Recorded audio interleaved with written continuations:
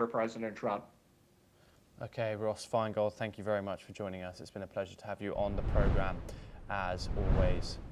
Now, Chinese President Xi Jinping has also left for the 32nd APEC Economic Leaders Summit as well in Gwangju, and a state visit to South Korea at the invitation by South Korean President Lee Jae-myung.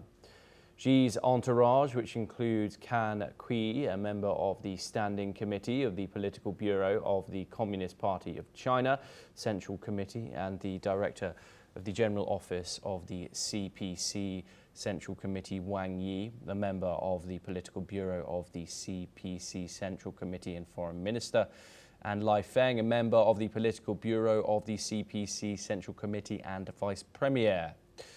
Okay, we're now joined by Stephen Neji once again.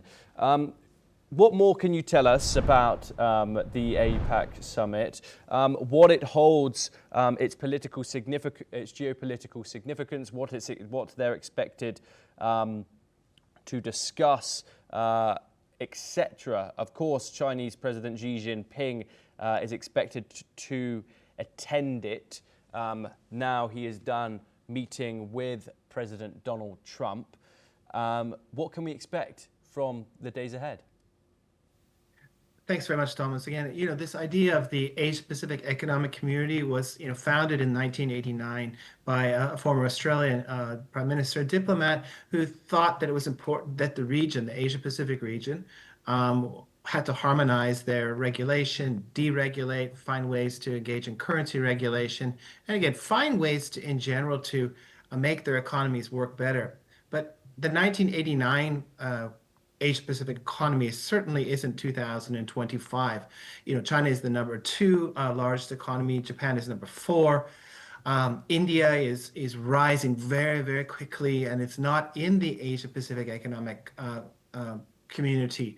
So we have a lot of issues to discuss, and it's not just going to be about harmonization and deregulation. It's going to be about how to manage the biggest challenge, is that U.S.-China competition.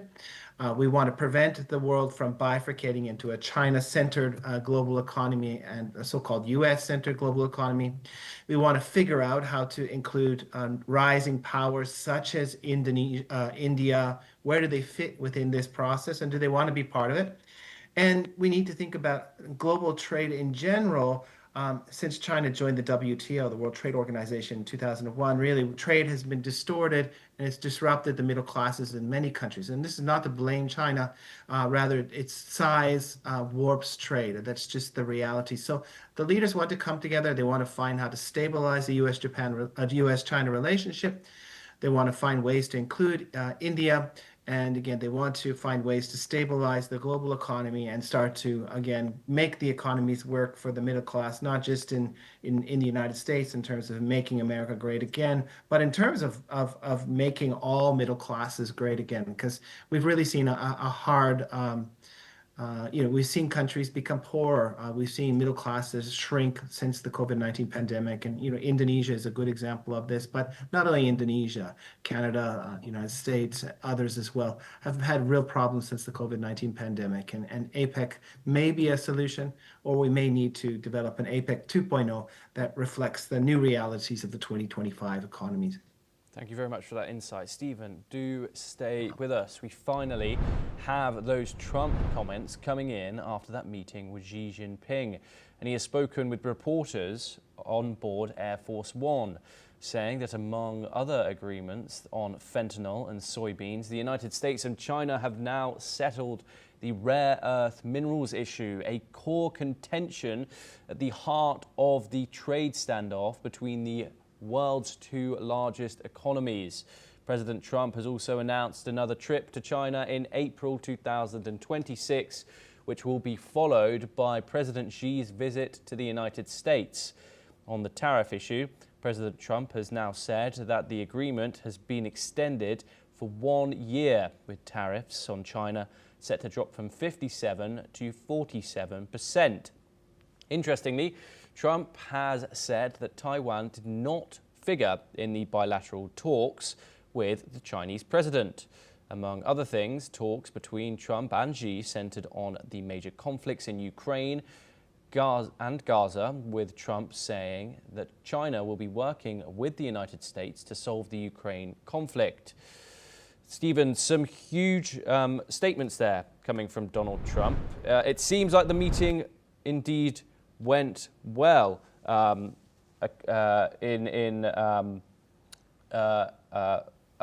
Even though it was a short meeting. What do you think investors will be responding to this? Of course, now deals have been made for this soybeans issue, which will put huge relief on American farmers, along deals with fentanyl and the rare minerals issue as well.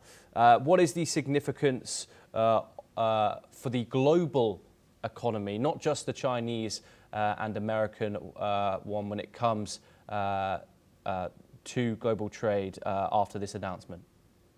So, Thomas, thanks very much. Really, I think proof is in the pudding, and we should remember that Mr. Trump said he would solve the Ukraine-Russia climate day one, and Russia-Ukraine war at day one, and we're still here fighting to make that happen. So I think we really have no certainty in terms of any of these deals. We'll have to wait until we actually see shifts in rare earth material supplies. Are they coming back online? Are they penalty free? Is the United States able to do what it wants? And will the United States actually lower the tariffs? So if they do that, then I think the markets will respond very positively. They will say this is good. U.S.-China relations have stabilized in the short term, and that we can start to reinvest in the regions in a more predictable way. But as you mentioned, a potential Trump visit in April to China, that is a long ways away in political talk. And then, of course, Xi Jinping reciprocating that. There's a lot ahead that we need to think about before these positive signals actually become a reality. So I'm very, very cautiously optimistic that some of this may translate into positive news for the markets. But we should be very realistic about how much progress has been made in that hour and 40-minute talks between President Xi Jinping and President Donald Trump. Yes, Stephen Nagy, thank you very much for joining us here on NewsX World. It's always a pleasure to get your insight on these issues. And now that's a wrap on the China report. Keep watching NewsX